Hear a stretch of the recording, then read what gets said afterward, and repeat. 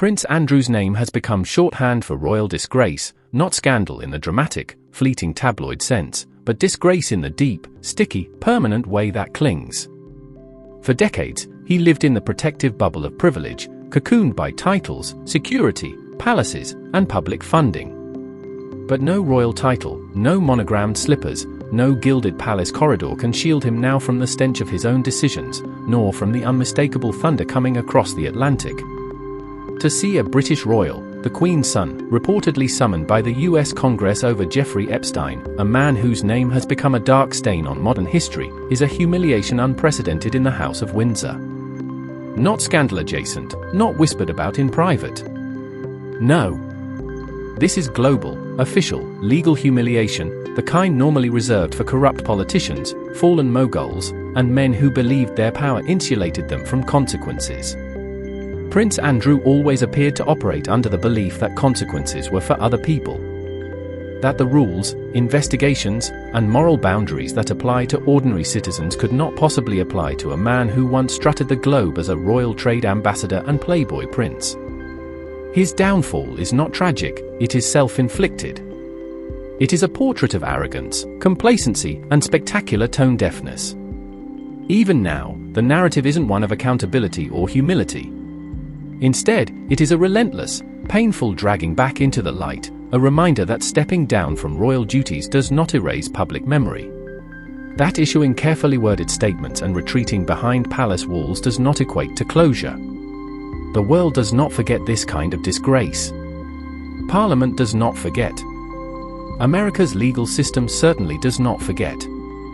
And here lies the greatest contradiction: Andrew has been stripped of duties, titles, and public roles, yet he still appears to believe he deserves dignity and respect automatically, as if royal blood is a moral credential. But nobility is earned, not inherited. What he once carried as honor has curdled into burden. The monarchy, obsessed with image, tradition, and continuity, has had to swallow an uncomfortable truth: one of their own became the crown's most radioactive liability.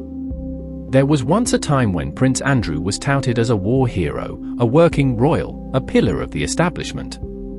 Today, he stands as a symbol of unchecked privilege and catastrophic judgment. He is not hunted because he is misunderstood, but because he has never convincingly demonstrated innocence, transparency, or genuine remorse. Instead, he has leaned on institution, status, and lawyers, convinced that silence and distance could wipe away the taint. The American summons changes the tone. This is not gossip. This is governance. This is not a headline engineered by tabloids. This is scrutiny demanded by democratic authority. When a member of the US Congress wants answers, the conversation shifts from scandal to accountability. And the palace can no longer hide behind polite phrases, legal evasions, and family loyalty. Prince Andrew's path forward is not paved with royal ceremonies or public duties. It is paved with uncomfortable questions, legal shadows, and a devastated legacy. His mother, the late Queen, spent 7 decades cultivating monarchy as duty and dignity, and he has turned his branch of that legacy into a cautionary tale of privilege without principle. Some will insist on sympathy, arguing he is a man hounded by the press, punished beyond measure, forced into seclusion. But what exactly has he been forced from? Public luxury? Royal pomp? A taxpayer-funded existence? The world does not owe him pity. Respect is not a birthright. Integrity cannot be minted by a crown. The monarchy survives on public trust. Prince Andrew shattered it. And whether he ever sits before Congress or not, whether he speaks or continues silent retreat, the stain remains. Once the world places your name in the same breath as Epstein, not as whistleblower or prosecutor, but as associate, dignity evaporates. Reputation becomes ash. Royal mystique dissolves. There is no royal rescue coming. No soft-focused PR redemption arc. The public has moved past indulgence, the global system has shifted toward accountability. And Andrew, His Royal Highness, once untouchable, once insulated by birthright, now exists as a headline wrapped in scandal, a man tethered not to duty but disgrace. In the end, history will not remember Prince Andrew as a symbol of royal honor.